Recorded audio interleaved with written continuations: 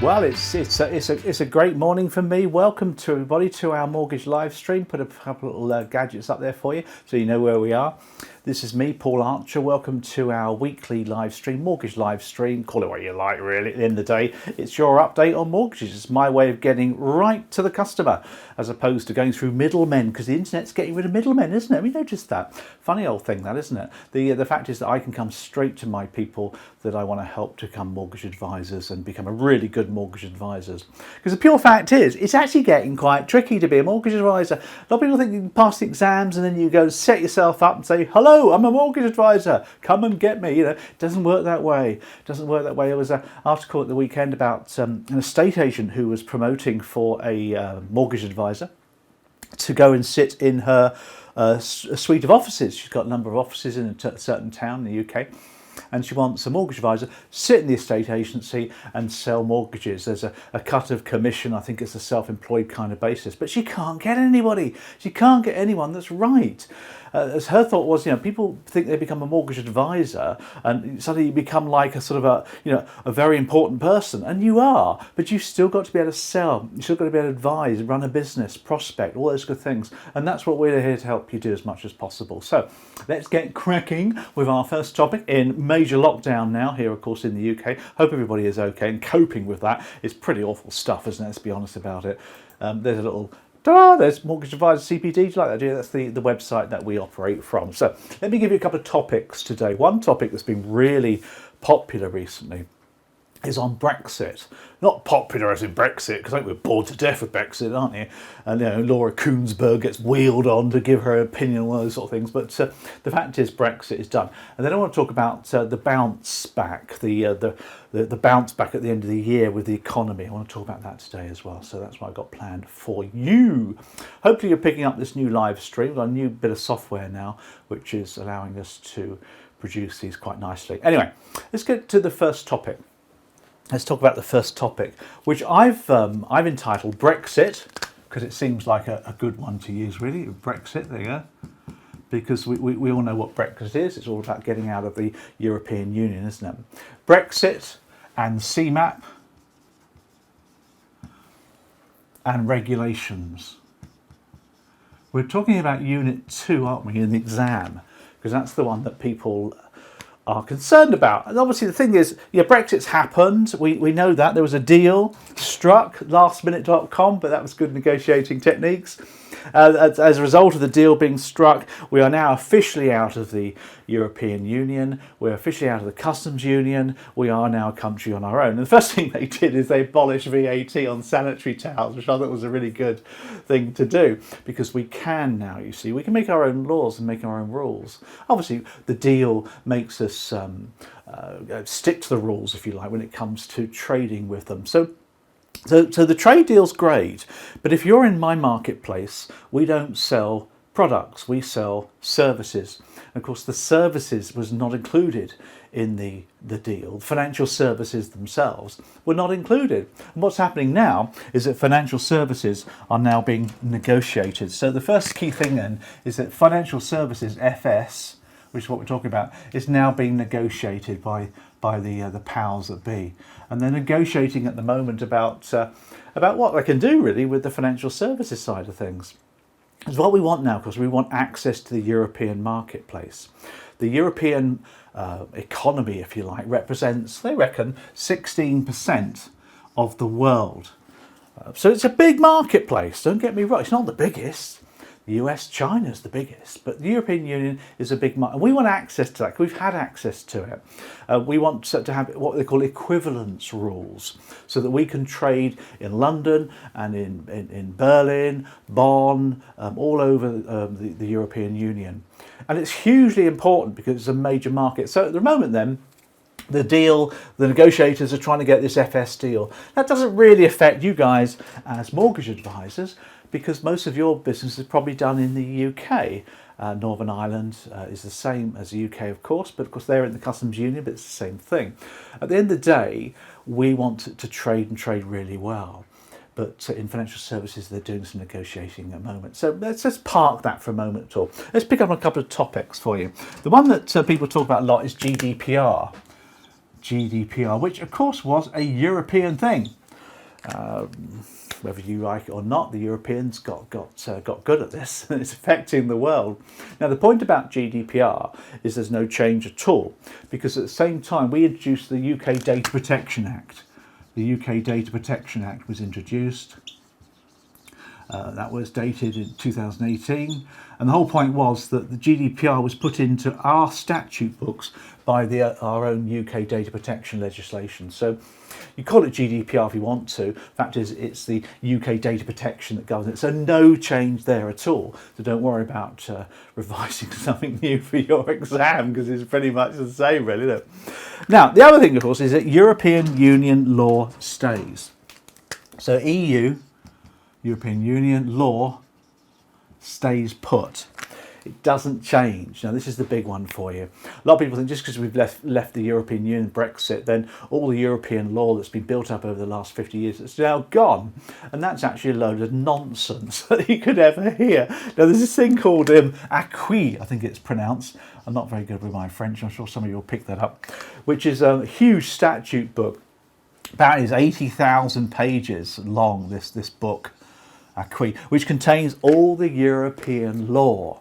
Now, the whole point is that we still keep all of that. It remains in the UK statute book. So all of this European law that we've had remains in the UK. Nothing's changed.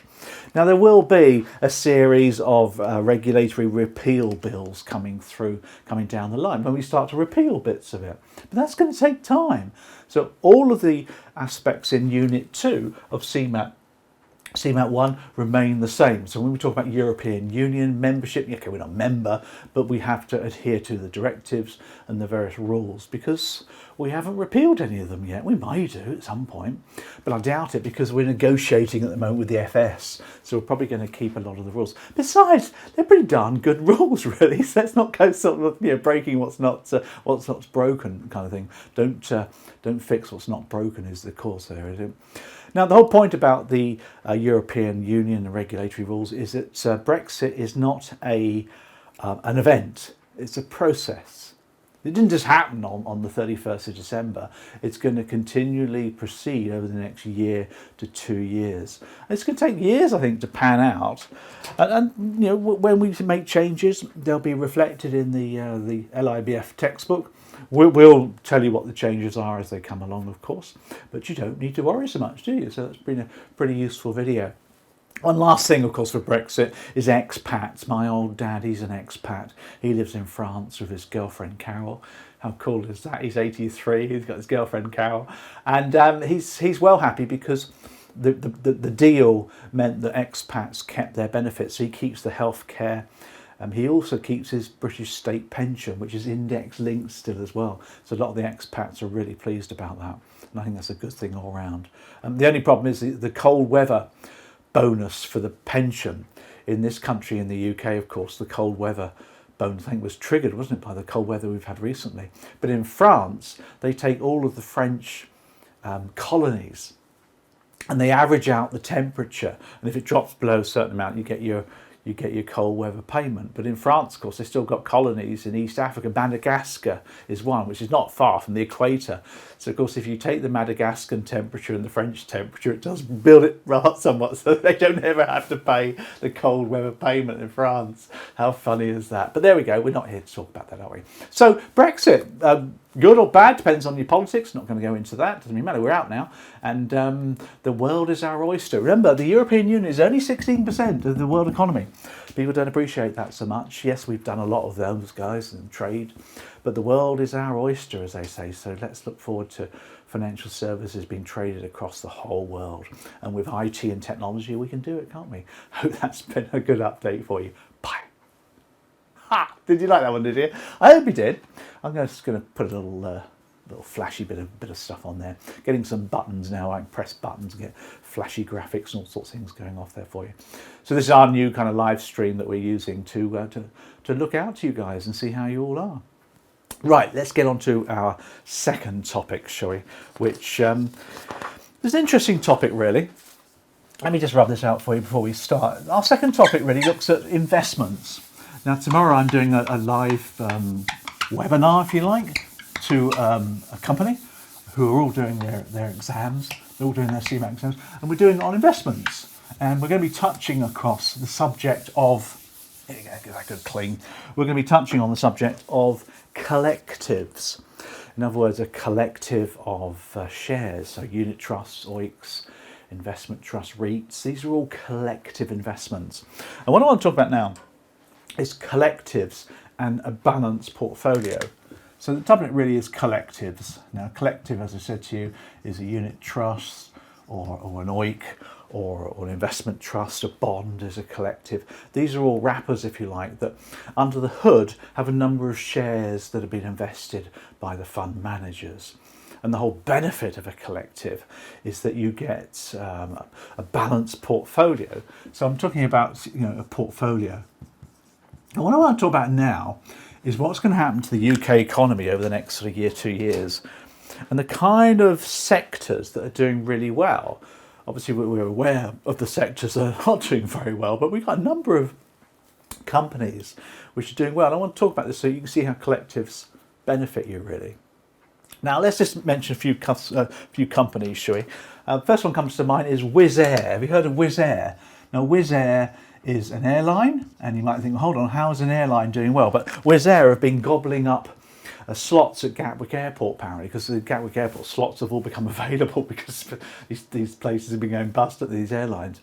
So Wizz Air are using cash to buy up these slots. So when we suddenly get a boom in wanting to fly again, which we will, because there's people desperate to fly to foreign parts, rather than a cold, wet week in Norfolk for a holiday, people want to go for 2 weeks in Mallorca or something like that. So Wizz Air are going to do really well. Another company for you come across, WH Smiths. Who's heard of WH Smith? Now, WH Smith is a stationers, it used to be, but they sell everything now. Now, obviously, they've not done particularly well in the lockdown, because people are buying things online, aren't they? The things that they would normally sell. But Smith's quite clever, because they've got a lot of shops in sort of travel hubs. Of course, as the economy starts to boom again and the vaccine is rolled out, people will start to travel a lot more. They will, because we've got a bug to travel. And of course, stations and airports is where the WH Smiths are. So they're going to do really well. Another one for you, Sse Utilities. You might have heard of Scottish and Southern Utilities, not a utility there, is an energy firm. Their energy firms will always do well, but they're in wind farms. They're in wind farm energy. Of course, that's a booming side of things with the government money that's been put into that. So that's a good stock to have as well. Again, do you see what's happening here? You've got different sectors here, all doing quite well. Now, if you take, for example, the airline sector, there's some sectors there who are completely tanking. But if you have a portfolio of a number of these companies, Wizz Air will override another company that's not doing so well. So you need to look at that one as well. Actually, it's SSE, yeah, SSE Energy, isn't it? Scottish and Southern Energy is the name there for you. Games Workshop. I don't know if you've come across them before. Games Workshop is a firm that does games, obviously. Computer games we're talking about. We're talking about Warhammer. Again, with lockdown, loads of people getting involved in this kind of thing. And Warhammer is a massive revenue stream for Games Workshop, who've got obviously a patent over that technology as well. So again, that's a great stock to have as well. Pearson used to be known as Pearson VUE, didn't they? Pearson is a distance learning company. If you're involved in CMAP, you know that they do the exams. Pearson is distance learning, and distance learning is really booming at the moment. Classroom courses, classroom learning, it's a thing of the past. People don't appreciate it. It all started in the Victorian age because you had no choice. The only person who had the knowledge was the teacher. Now the knowledge is not in the teacher anymore, it's everywhere else. So of course Pearson with distance learning are doing particularly well. EasyJet, similar to Wizz Air. EasyJet, clever company, very clever company. They're going to be doing well as the boom for flying again kicks off. Okay, so we're talking here about EasyJet going to do particularly well, because they will, with a boom in flying again, and they've kept their prices low. They've been able to keep some cash going on as well, so they're ready to go as well. Pets at Home is a big one for me. Pets at Home, love that one. Pets at Home, yeah. At home, there you go. Pets at home are booming now because they're making the most of the wanting to have pets. People want to have dogs and puppies and things. So Pets at Home are doing particularly well. Very clever firm as well. Whitbread, who own the Premier Inn. Again, with the business travel boom accelerating away at the end of the year, they'll be ready to benefit from that. They bought a few more sites, cheaper of course, and they're good to go. BAE Systems, there we go, BAE Systems. They are looking to make the most of the government injection of money into the defence industry. See where we're going with this, because obviously the pandemic's over in a few months' time when the vaccine comes in, and the economy is starting to boom again, and different areas of the economy will do particularly well. One I like is Greggs. Greggs, of course, are in a good position. They've closed a few shops, but they're in a good position to start selling sausage rolls when people start travelling around. A lot more want to eat out a load more as well. And the one I love is Naked Wines. Naked Wines is a wine distributor who, of course, are making a lot of money by people who are getting boozed up at home. They're delivering wines to people's homes as well. But the best one I left to last is a company called Persimmon Homes. Persimmon. I should pronounce them. They're a new build company. Persimmon Homes are going to benefit from the first-time buyer influx. Mortgage market, which obviously you're very interested in. It's got a stamp duty thing going on, but first-time buyers being shoved out of the marketplace for quite a while now. What's going to happen there is that once the stamp duty thing's over, first-time buyers will come back in. There's a lot more high percentage lending available now to first-time buyers, and particularly will, as we start to get out of the pandemic, lenders take off their risk lens and start to lend more. Government incentive coming in to help out there as well. Of course, Persimmon Homes build new homes. So the first time buyer help to buy scheme will help them, and they're going to benefit hugely from that because they mostly build smaller properties and new homes for first time buyers. So that takes you into the mortgage market. I think the housing market's going to do particularly well. It's rising quite nicely now, and will be great as long as we get some new mortgage brokers coming into the marketplace to start selling all these mortgages. Because remember, mortgages have to be sold, they're not always just advised upon. You have to do some selling or mortgage managing. It's just a thought for you, isn't it?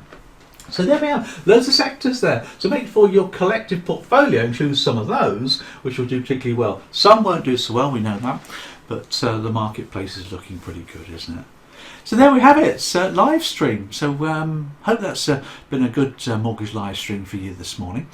We're going to come back next week. Remember, we've got the boot camp starting today. In fact, we've extended it to Monday, so Monday next week actually. So if your CMAP boot camp, if you want to get your CMAPs done, make sure you sign up for the boot camp. And if you want details, go to Mortgage Advisor, advisorcpd.com. Or contact me, paul@paularcher.com, if you wish to do that as well, and I'll be happy to help you on board and get you through your CMAPs. Enough of that really. Hope you have a great week. I'm not sure what this week has got in store, probably more lockdown, pretty awful weather, but apart from that we've got our studies to do. So you have a great rest of the week, and we'll see you all next week. Bye.